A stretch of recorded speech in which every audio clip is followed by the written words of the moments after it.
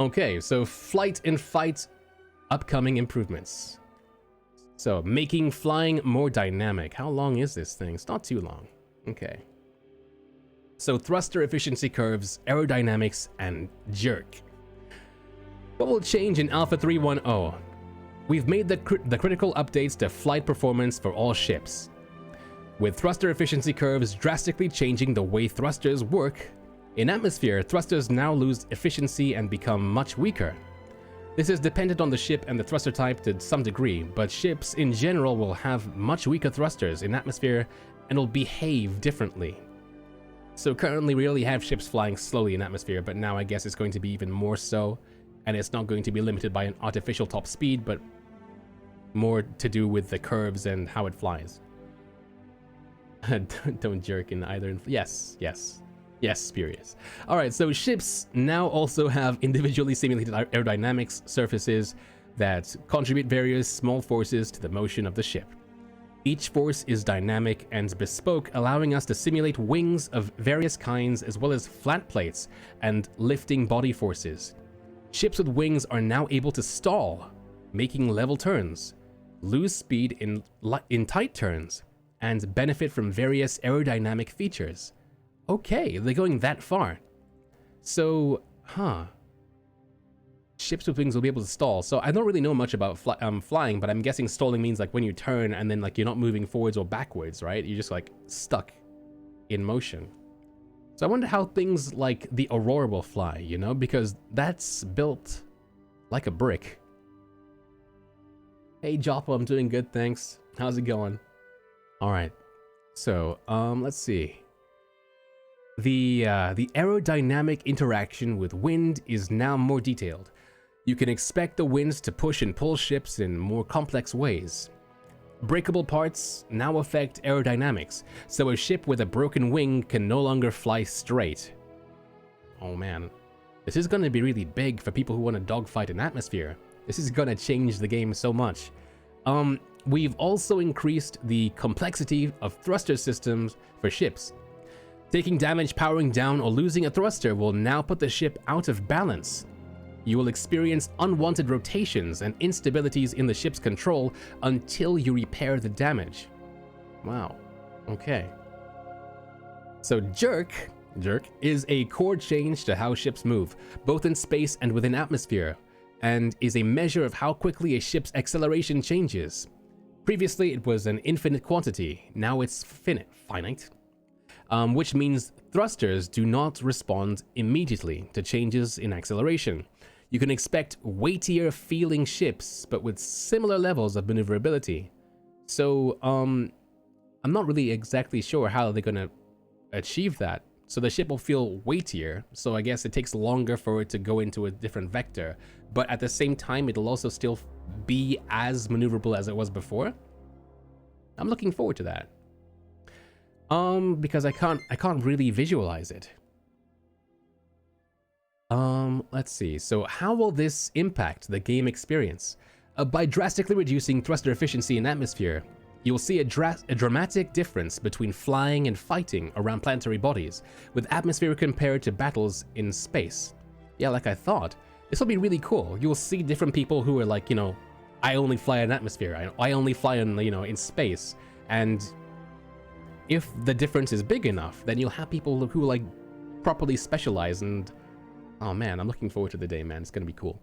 Since the aerodynamic forces are stronger in Alpha 3.10, flight is much less defined by a ship's thrusters and more by its aerodynamics.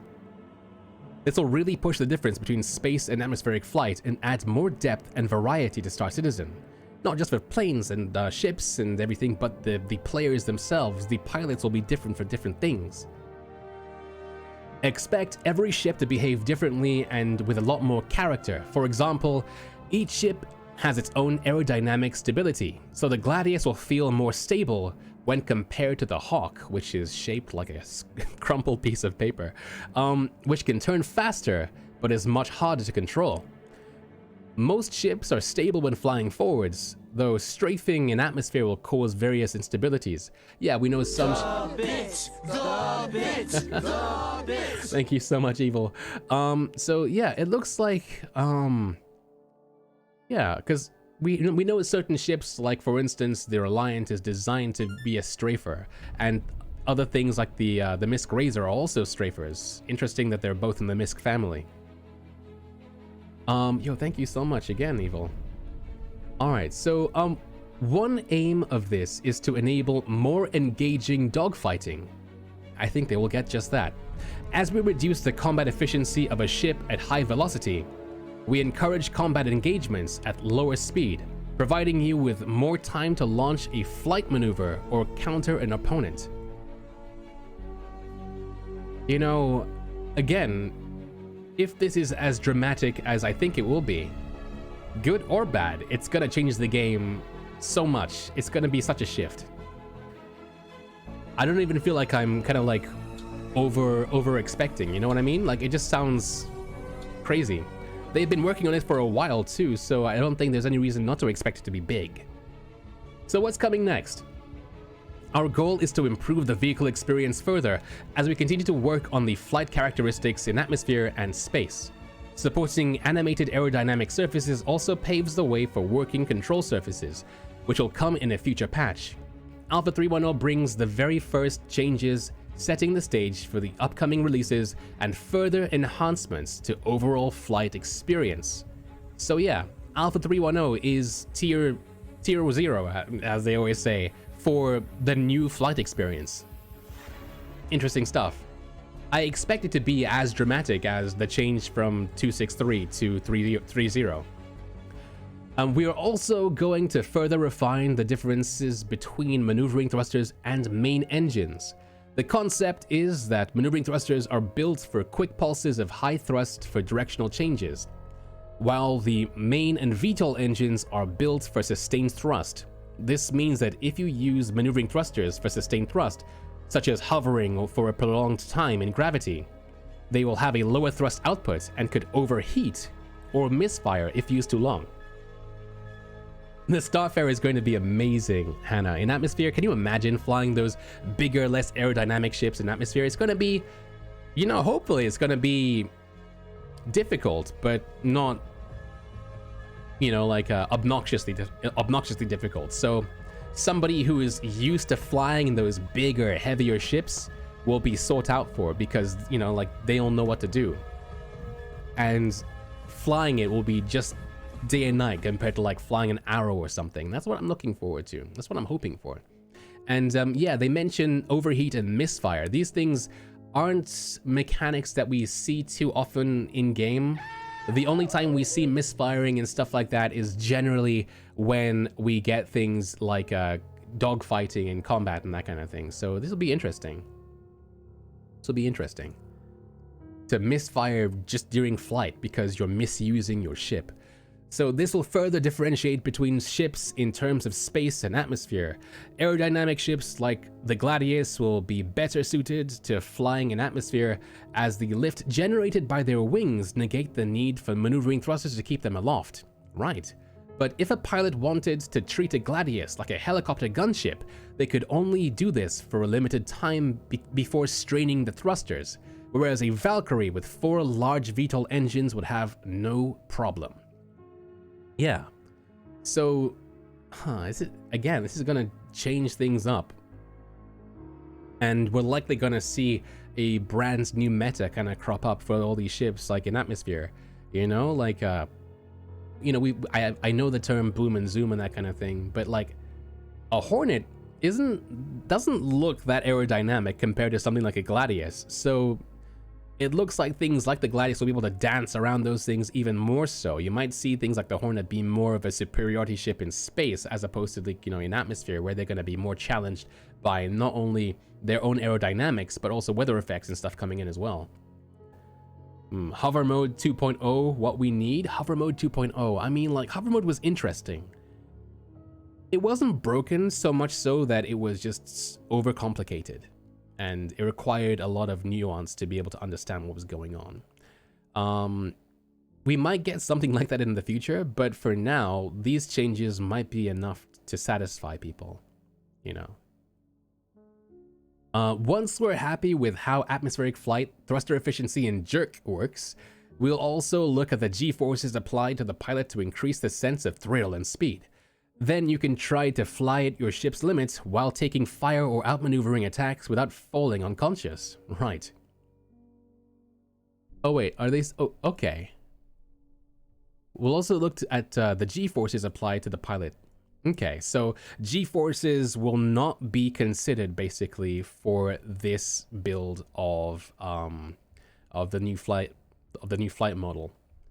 Perhaps maybe it'll just be using the current G-force system, or they might take it out completely. Who knows? For now, you should familiarize yourself with the new mechanics and test them excessively. We will then take a close look at your feedback and take your suggestions into account for further iterations of the new ship behaviors. It'll be interesting to see if they go this route and make G-forces more realistic.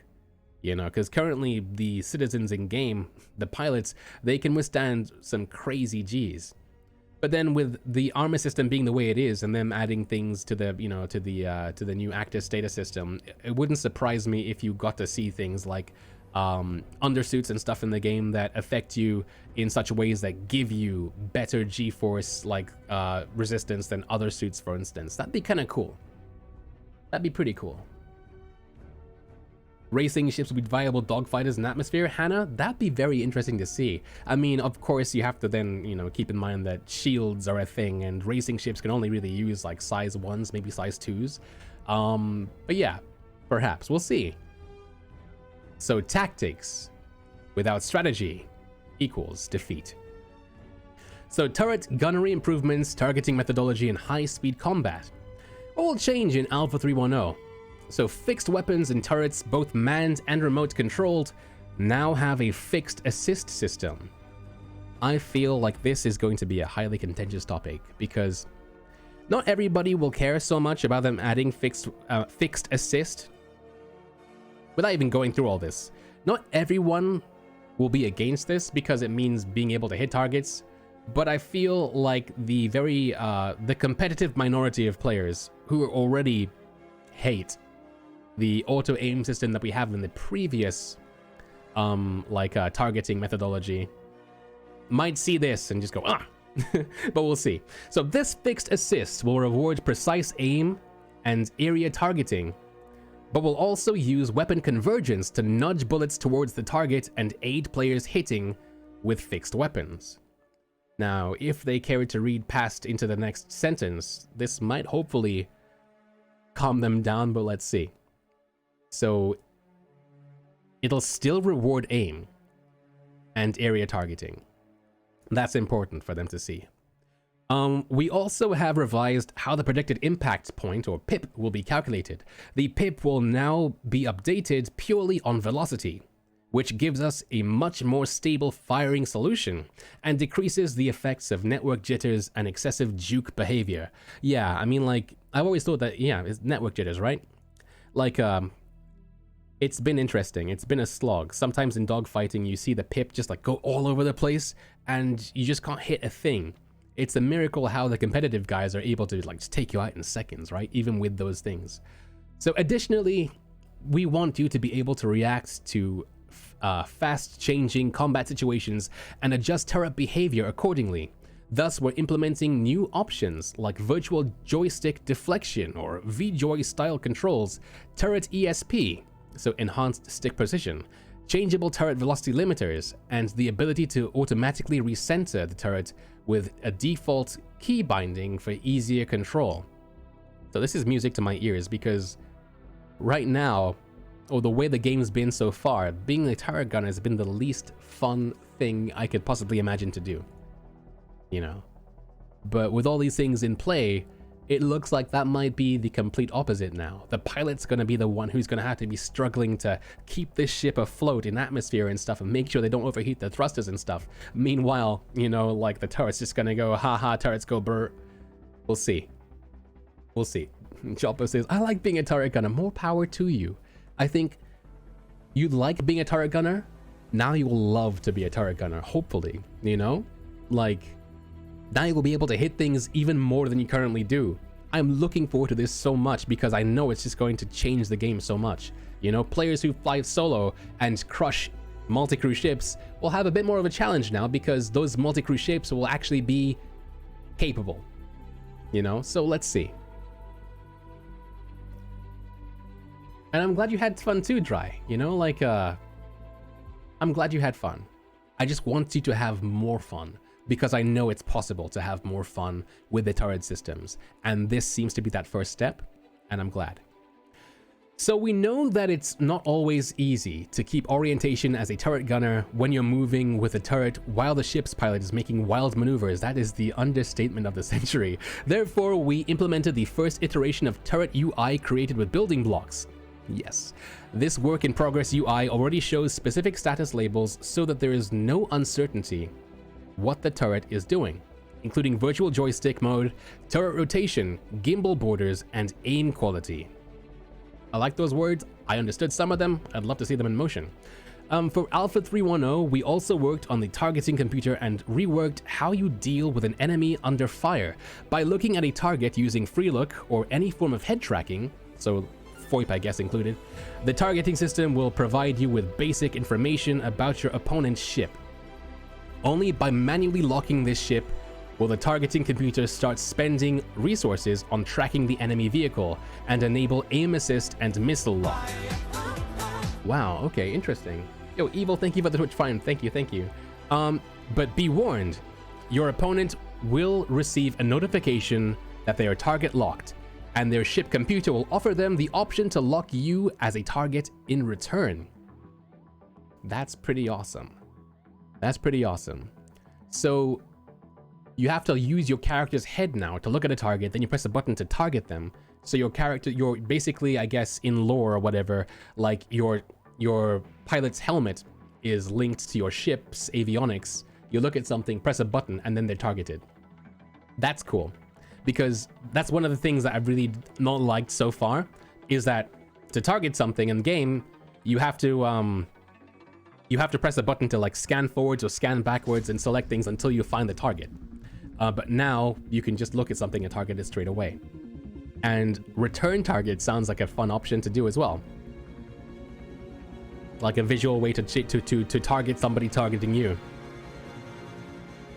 It also means that bounty hunters, you know, like around Grimhex and stuff, will have to make sure that they're not just targeting their target. They have to be as natural as possible. Alright, so in addition to locking, you can pin up to 3 extra targets. So pin targets are coming back, which enables you to switch the target lock among those pin ships quickly. Those pins are shared within the ship, so it can be used to coordinate between turrets! Yes!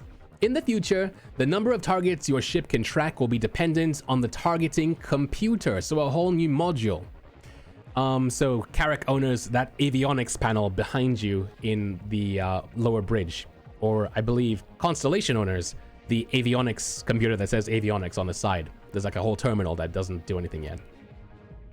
So combat-centric ships will have the ability to target multiple targets, but a basic starter may only be able to track one until you upgrade its targeting computer to a more powerful unit. All right. More reasons to go to Microtech, I imagine. Oh, wow. So, finally, we looked at high-speed combat, as we felt that too often, dogfighting devolved into battling fast-moving pixels that zoomed past you. Yes. Combat was losing the visceral dogfighting feel that Star Citizen promised. The idea with the changes is to incentivize players with increased accuracy and higher availability of power for things like weapons and shields. If traveling at or below space combat maneuvering speed, or SCM, so fly slower and do better. Above this threshold, the ship must divert more power to thrusters, and it's harder for the targeting computer to quickly resolve a firing solution, and thus harder for you to hit. This correlates to real life, as it's much harder to land accurate hits while moving fast. In this iteration, some of the options that players will have at maximum velocity will be restricted. When flying above SCM speeds, weapon slew rate will decrease, and the time it takes to lock missiles will increase. Okay, so what does weapon slew rate mean? So slew, to turn or slide violently or uncontrollably in a particular direction. All right, so that's basically that fixed aim assist. That's cool. So, you know, we'll have to wait and see. But I think that this will actually work in those more competitive dogfighters' favor, because they don't want to be limited to SCM. They want to go fast, right? So it seems like to get the most benefits from the aim assists and all that, you'll need to be an SCM. So these really good dogfighters who couldn't care less about aim assist will still be able to get you from much farther and much faster than you possibly could. That's pretty cool in my opinion, but we'll have to wait and see. That's just what I'm getting from it right now. So what do we want to achieve with these changes? We want turrets to be a meaningful choice for players, not climbing into the pilot seat, but manning a turret instead should reward players by adding serious punch to the fight. Man, I'm looking forward to hurricanes being deadly. Enemy pilots should get nervous if you point a turret at them because they're accurate and deadly. With this, we offer you more substantial options during ship combat and see it as an essential step towards a full multi-crew combat experience. Finally. The new targeting change eases the actual target selection process and makes it work better in large space battles. It's also the first step towards pinning and sending targeting data to your friends. So, yes, again with pin targets. And why are pin targets so excited, and why am I so excited for it? So they've already given us one example of why pin targets will be so good. You pin a target and then, in fact, they've gone over that. They've gone one more. So you can pin targets and see which enemies are around, and you can like choose which one you want to target at. But you'll also be able to send that information to all your turrets. That's new ground I didn't even think of. But before pin targets went away with the UI shift back in like 2016 or something, I used to use it when flying in a wing with other players, because that way I could see when a friend was getting damaged without even having to talk to them. So I could then turn to them and help them out as soon as possible. That'll come back as well. And, you know, it's also the first step towards proper fleet command as well, using those holo tables that are on like the 890 jump and on the Carrack and on the 600i. So, man. Okay. So what do we want to achieve with these changes? I've read this. Looking into the future. Space combat is a topic too complex to be approached with a single patch release. So while Alpha 3.10 is a solid step towards achieving our vision, it does not stand for the final state of how we imagine space combat to look. Alright, okay. So plans include the addition of weapon and thruster capacitors, so you need to choose carefully when to engage in a fight and use your guns or try to break away using boost. The thruster capacitor concept directly ties into the idea of high impulse versus sustained thrust discussed above. We want pilots to commit to the decisions and actions taken in a combat situation to have a meaningful consequence for the outcome of a fight. Right, so capacitors. So basically your thrusters and your weapons will have a power pool, basically. And if you drain it, you'll have to then wait for your power core to then power it back up again. So instead of right now all that happens is one of two things. Either your weapon overheats and you have to wait for it to cool, or your engine gets overheated or whatever, and then you have to wait for that to cool. So now it'll be that you have to wait for the entire weapon to get back to max power if you want to keep it in the fight for longer. Otherwise you have to, you know, you won't be able to use the weapon anymore by the looks of it. Unless maybe you like overclock the weapon, or maybe overclock the capacitor or the power core. Something to think about. And it'll give those people in those auxiliary seats more to think about too, because then they'll have something to do as opposed to just sitting down and enjoying the fight. All right. So we will be adding some additional nuance on the penalties for engaging in combat above SCM speeds, such as increased energy consumption and shields that recharge slower. Okay, all right. We're also reviewing the radar and scanning systems, allowing smaller ships to hide inside bigger ships' signatures by changing how signatures are generated and detected. I'm looking forward to the signature revamp so much because currently I'm not really too sure if it works all that well in 3.9. Yeah, the power management triangle finally becoming meaningful, right? Who'd have thunk it? All right. So, we're also reviewing the radar. Yeah. So, besides being a key factor in being picked up on a scan or seen on a radar, your ship signatures will affect how other weapons can track you. If you have full power to your thrusters and shields, you'll run hot and be much easier to detect and track. The stronger your signature, the easier it will be for a missile to lock and track you, or auto gimbals to get on target. There was a rudimentary version of this back in like 2 point something or other, and that was back when the Hornet Ghost was the meta ship because it had the lowest signature and you had to be like 100 meters in front of it to see it on your scanners. So it's good to see that the refactor or whatever is coming back, and yeah, looking forward to that actually, because it sucks to have a ship that's off and then get it blown up by somebody, you know, when you have it parked like on Korea or something. All right, so ultimately we do not want space combat to feel like an FPS in space or a DPS race, but rather wants to reward pilots that employ tactical maneuvers and carefully play out individual strengths and weaknesses of their opponent's ship.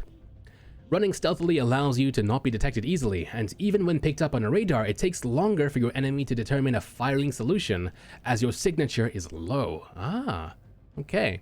But if they hit, you'll be in trouble, as you can't pump the same kind of power to your shields as you could if you were tanking it. There should not be one all-powerful ship or playstyle. It's a good thing to hear, because so far they all punch above their weight class. The idea is to have strategies or counter strategies for different ships and playstyles. Thus, in the future, you'll see a lot of changes in the weapon systems, ship balance, and combat UI. This does not just cover the primary combat systems, but also ways to more effectively communicate with your co-pilots, gunners, and wingmen. And the first cards for that, I believe, are 311. So yeah, I think I'll have to look those up. But yeah, and therefore enhance your tactical options in multi-crew and fleet gameplay. Alpha 310 is just the first step towards our vision, and we'll bring many more improvements and changes to the current flight and combat experience over the coming patch releases. From utilizing the physics system to calculate weapon damage based on properties and speed instead of a simple hit point approach, that's gonna screw up so many databases that players currently have, you know, because hit points are what we use. To exciting multi-crew gameplay that includes things like putting out fires, which we saw in an ISC, or rerouting power nodes to keep your ship running, engineer gameplay. The upcoming changes will make space battles in Star Citizen a unique and thrilling experience. Alright, kick-ass. And our next update, Alpha 310, is targeted for release in July, so not too soon from now. You can see what is planned for the future of Star Citizen on a weekly updated roadmap. Okay. Alright, cool stuff. And Thursday next week is a flight focus, blah, blah, blah, blah, blah. Cool. Alright. Good evening, everybody. And, alright, so I think, yeah, we'll put that on YouTube for people who are interested. Because I guess we just read it for them, hey? So if you're watching on YouTube, I hope you liked it. Feel free to like and subscribe. I think we might be doing this for the foreseeable future. Like when things like this happen, we'll read them and we'll post them, and then that way we can get more people to discuss with as well. So thank you for watching. Bye.